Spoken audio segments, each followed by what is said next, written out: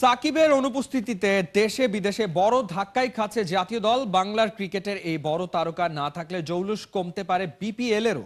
সাকিবের দেশে ফেরা, জাতীয় দলে খেলা ইস্যুতে সদুত্তর দিতে পারেনি ক্রিকেট বোর্ডের সভাপতি ফারুক আহমেদ। বলছেন, এই অলরাউন্ডারের অনেক ইস্যুই বোর্ডের ক্ষমতার বাইরে, অনেক কিছুই নির্ভর করছে আইন শৃঙ্খলা বাহিনীর ওপর। সাইফুল রূপকের রিপোর্ট। তামিম সাকিব একসময়ের পরম দুই বন্ধুর মাঝে হঠাৎ দূরত্ব, দুজন ছুটেছেন দুপথে। কাকতালীয় বটে, দুজনার সেই দুই পথ যেন এক জায়গায় গিয়েই থামছে। ভিন্ন ভিন্ন কারণে তামিম সাকিব জাতীয় দলের বাইরে। কালার এক্সপার্ট, জর্জ স্যাপ এবং মাইল্ড অন হ্যান্ডস টেকনোলজি সমৃদ্ধ অরিক্স ক্রিস্টাল ওয়াশ আপনার লন্ড্রি এক্সপার্ট। চ্যাম্পিয়ন্স ট্রফিতে কি আবার ওদের দেখা যাবে জাতীয় দলের জার্সিতে?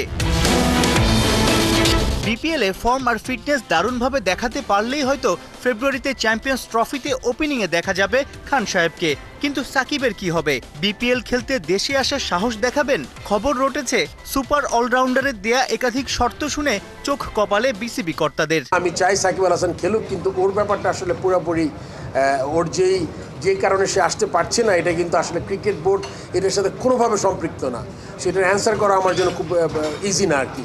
সো এটা দেখতে হবে আইন শৃঙ্খলা রক্ষাকারী বাহিনী, কোর্ট আছে, যারা আছেন তারা যেখানে আছেন তাদেরই এটা ব্যাপারটা মীমাংসা করতে হবে। তবে কি ওয়েস্ট ইন্ডিজ সফরের ওয়ানডে দলেও সাকিব থাকছেন না?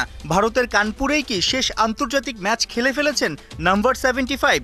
আমরা তো এখনো আমাদের লিস্টে আছে, আমরা আশা করি যে ওর একটা মানে সে যেভাবে চাচ্ছে বা এটা কিছু যদি সমাধান হয় তাহলে ডেফিনেটলি স্টিল আমি মনে করি সাকিব এখনও ক্ষমতা রাখি খেলার ন্যাশনাল টিমে।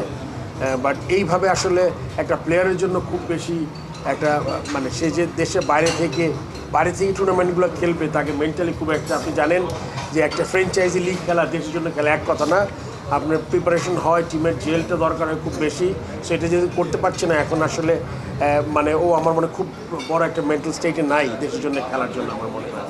সেক্ষেত্রে আমরা মানে এই জিনিসটা ওকে আমরা ওর উপরে ছেড়ে দিয়েছি আমরা, যে ও কি চিন্তা করছে। তারুণ্যের উৎসবের এই জাঁকজমক অনুষ্ঠানের শেষেই বিপিএলের একাধিক ফ্র্যাঞ্চাইজি মালিকদের সঙ্গে মিটিং সেরেছেন বিসিবি সভাপতি ফারুক আহমেদ। নতুন মৌসুমে আয়োজনে এবং মাঠের খেলায় সবার মন কাটতে চায় ক্রিকেট বোর্ড। আগের আসরের বকেয়া টাকা তুলতেও বেশ উদ্যোগী বিসিবির নয়া কমিটি। লাস্ট যারা ফ্র্যাঞ্চাইজি ফি বাকি ছিল তাদের আমরা উকিল নোটিশ করেছি আর কি। আমরা মানে আরবিট্রেশন, উকিল নোটিশ ঠিক না, বা কথা ঠিক করে নিচ্ছি আমি।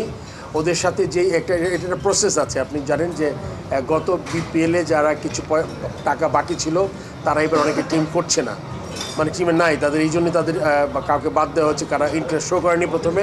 তাদের টাকাটা একটা লম্বা প্রক্রিয়া উদ্ধার করা আমরা চেষ্টা করছি, আমাদের যেই নিয়মের মধ্যে থেকে কীভাবে টাকাটা উদ্ধার করা যায়। প্রতি বিপিএলেই টিকিট যেন সোনার হরিণের রূপ নেয়। স্টেডিয়ামের সামনে টিকিট বুথে হুলস্থুল দেখা যায়। এবার অনলাইনে টিকিট বিক্রির ব্যবস্থা কি করবে বিসিবি? এবার আসলে আমরা চেষ্টা করছি ই-টিকেটিং সিস্টেম চালু করা, যা ক্রিকেট ভক্তদের সুশৃঙ্খল ঝামেলাহীন ক্রিকেট পাওয়ার অভিজ্ঞতা দেবে। সাইফুল রূপক, ৭১।